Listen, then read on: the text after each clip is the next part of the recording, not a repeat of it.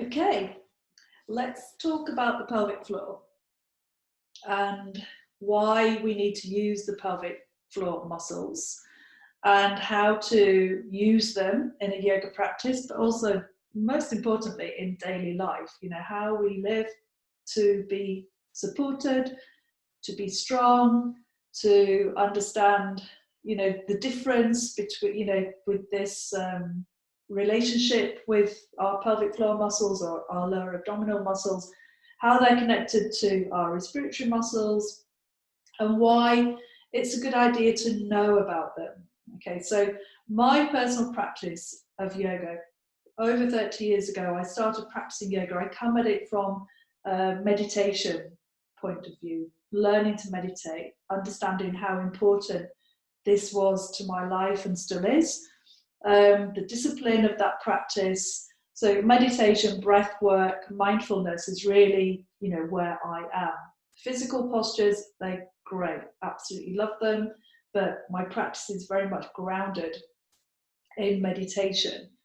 And when I try and introduce the pelvic floor muscles to people, often, students will say, I'm just not getting it. It's counterintuitive is one of the things. The breath just doesn't make sense. And then when I'm using the pelvic floor muscles, it's just like, am I doing it properly? It's causing a lot of tension. These are things that we're not comfortable culturally necessarily, talking about.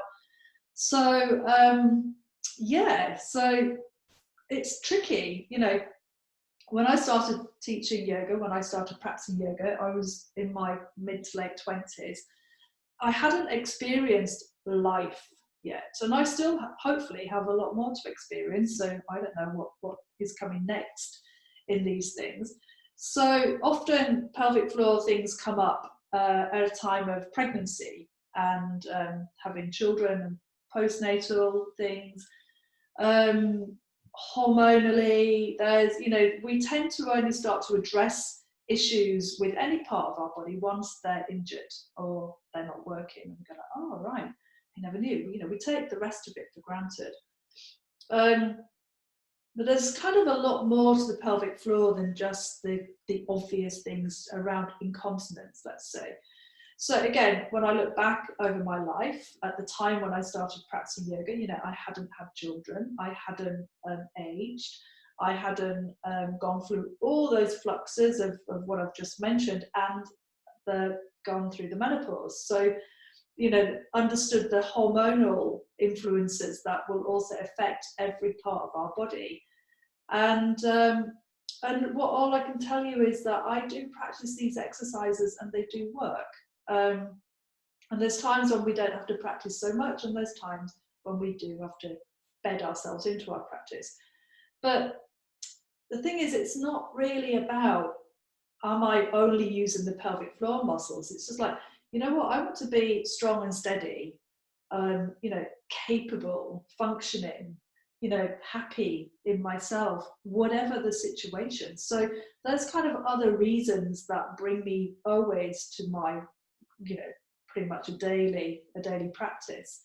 And it's not that I have to do this all day long. It's like, I'm just kind of aware of these muscles. I'm aware of, keeping myself healthy as much as, wearing clean clothes is, a healthy outlook to life.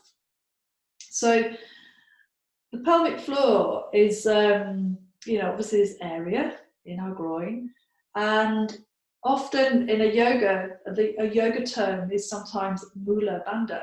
So the mula is the root, and the bandha is a lock. And we're trying to kind of really create this steady lock, the steady place to work from in the root at the base of our center, supporting our core. So when we think about, we all know, core stability, core training, center, but the pelvic floor muscles are beneath this center. So we need to really get stronger, much more here in these very lower abdominals. So part of my past is, we learn about our bodies. When I started practicing yoga, I'd had 2 really serious car accidents. So one was a head injury, one car accident when I was a child, and then as a young adult a second car accident where I totally ruptured my abdominal muscles through the seatbelt. So the seatbelt kept me, kept me alive, really saved me from other injury, awful injuries. But these abdominal muscles were totally ruptured. And I was young, I was fit, I was able to get up and walk about. It wasn't too much of a problem. But in later life, I then had 2 cesareans. So that again, all of this area totally ruptured. And anyone who's had any kind of abdominal surgery will tell you how hard that is to walk again afterwards, to hold something, to pick something up. All of these movements come from our center, whatever it is that we're doing. It's not just linked to exercise, it's everyday movements. So, I really attribute my yoga practice to being strong in all times of my life. And when people might think, oh yeah, she's always doing a headstand or a shoulder stand, it's like, no, I am always using my pelvic floor muscles. That's what keeps me sane, normal, together, me as a person. So how do I teach this? So generally speaking, I get a couple of blocks, and so, but you don't need to have yoga blocks if you haven't got anything like this, but you do have some books, like normal little paperback books. Stack a few up, put something over the top so it's comfortable, like a towel or something, but just so it's easier. And you're going to sit on them, you're going to kneel on them. So you need to get yourself in a position where you can just kind of settle in.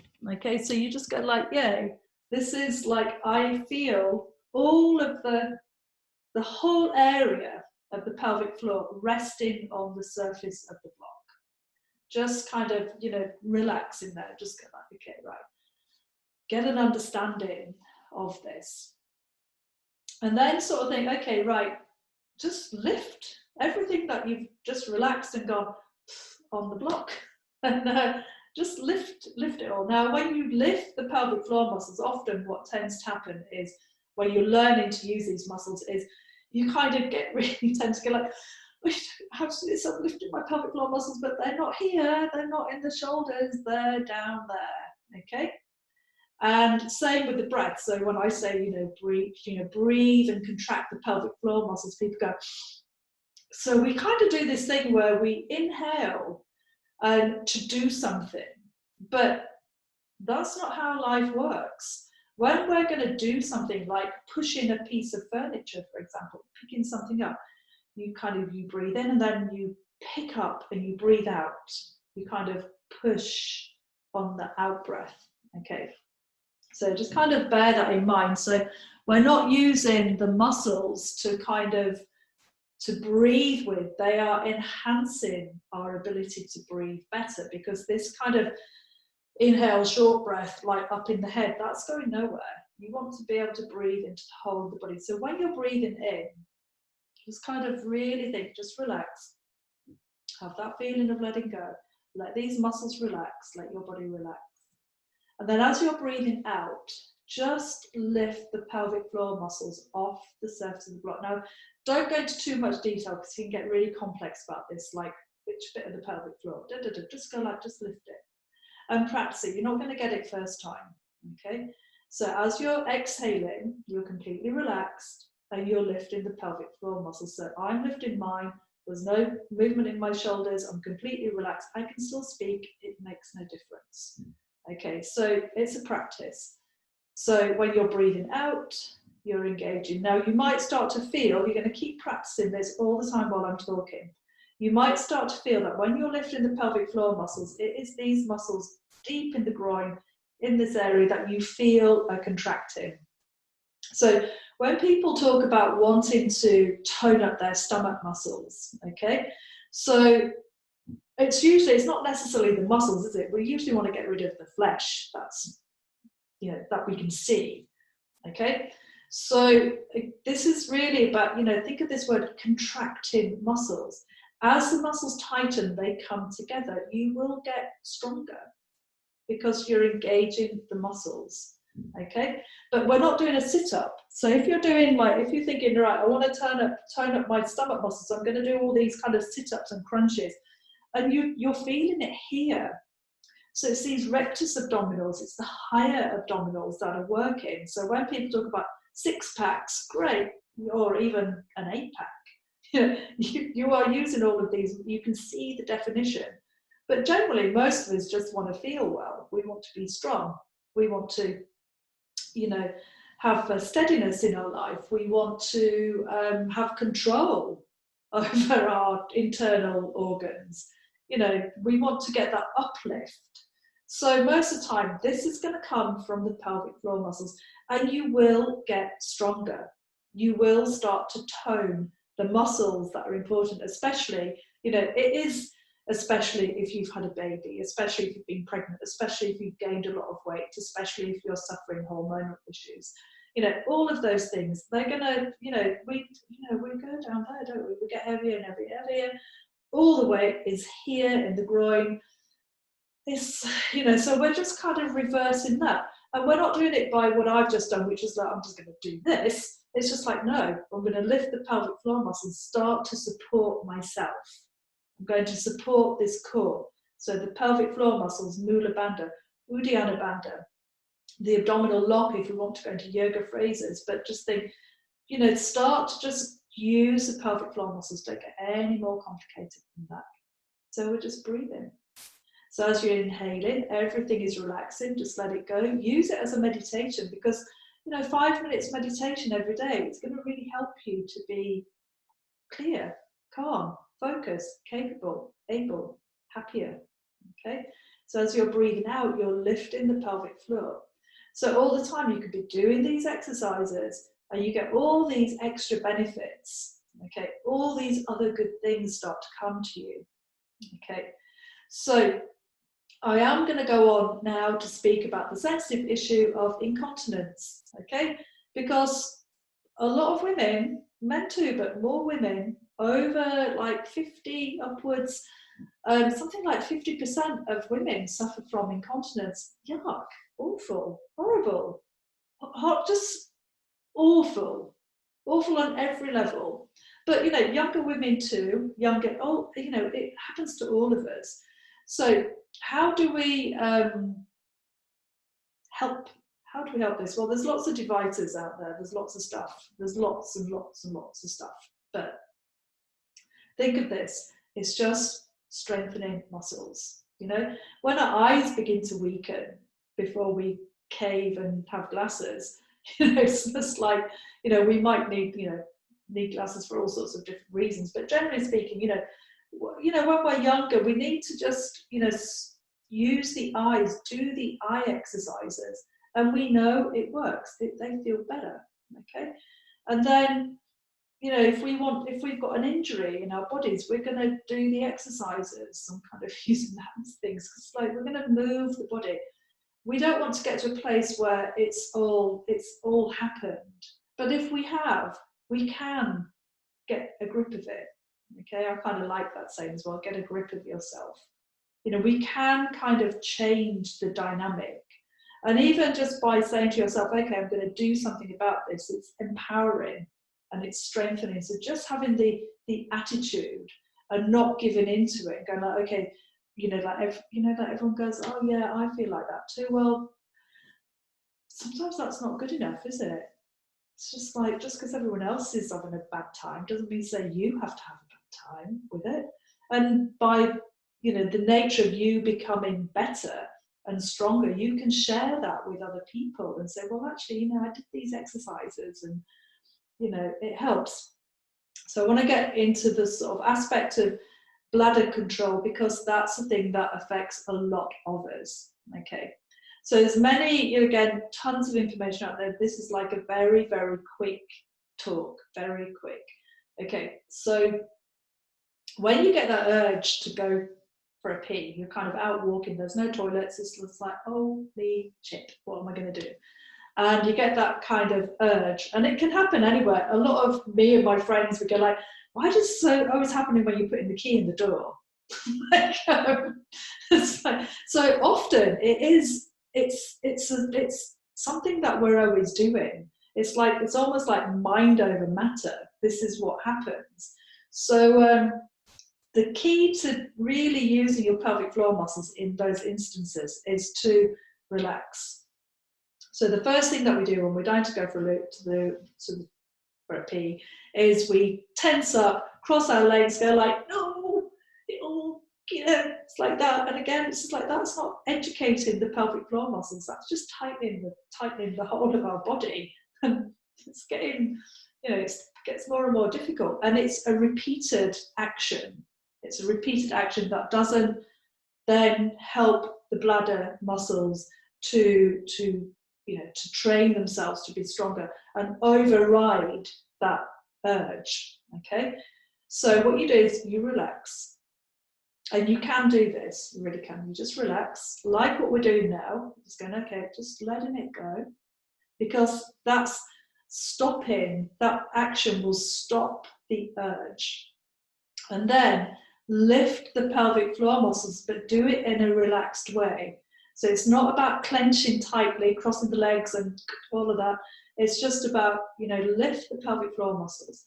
And then you are starting to become stronger. Now, this isn't going to work like first time, second time, third time. You have to repeat this.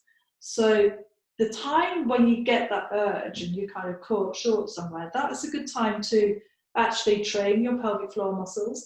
And then try and override this by not going for a pee. Okay? You might be thinking like, no, that's not possible. Okay, but try it. Try it. And remember, it's about practicing. It's just about practicing. Okay, so how to bring pelvic floor exercises into everyday life. Okay, so what we've just talked about is something in a kind of chronic state. We all have those. We all have them. You just don't want it to become permanent. You don't want it to be your always situation. Okay, so every day, okay, how can we remind ourselves to? We don't want to necessarily sit down. We haven't got time to meditate. We haven't got time to do those practices. They're your preferences rather than your must-dos. So, okay, how about every time you walk through a door, you just remember to lift your pelvic floor muscles. Okay. How about every time you boil the kettle, every time you turn the kettle on, you just lift the pelvic floor muscles. Okay. Traffic lights. Every time you're sitting in traffic, start to lift the pelvic floor muscles. It will stop you getting really stressed. Okay. Friend of mine, he's a he, so it's not the same as a woman, but similar things. Yoga teacher, he said, and I say he's a man because I don't think women would say this, but he says, every time you use the remote control to turn the telly over, use the pelvic floor muscles. Just get used to sort of contracting them and see, then only then will you see the difference. Only then will you know if this is good for you. It's just a practice, but it's a very simple thing that will really help your life. So they're just very simple things about why the pelvic floor muscles are important, briefly, how you can use them on a daily basis, briefly, practice them. Yoga classes don't always remind us to use our pelvic floor muscles, but it's usually in the flow of the dialogue that we're having. And if you want to practice and take your practice to a slightly different level, other than, a gentle stretch or, a relaxation, then, if the teacher isn't already getting you to use Mula Bandha, start to engage them, start to use Uddiyana Bandha.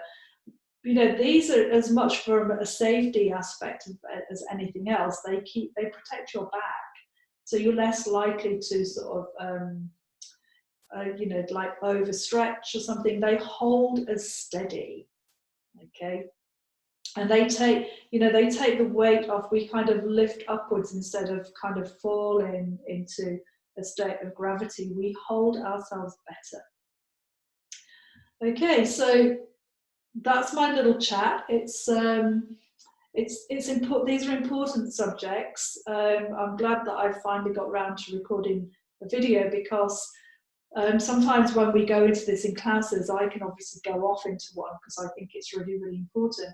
But it might, it might not be appropriate in the class for lots and lots of reasons. So this is a little bit more detailed, a bit more about how I would like people to practice yoga, but more important is how I would like people to be able to function healthily and safely on a daily basis all of their life, whether you do yoga or not. They're just good tips for good living.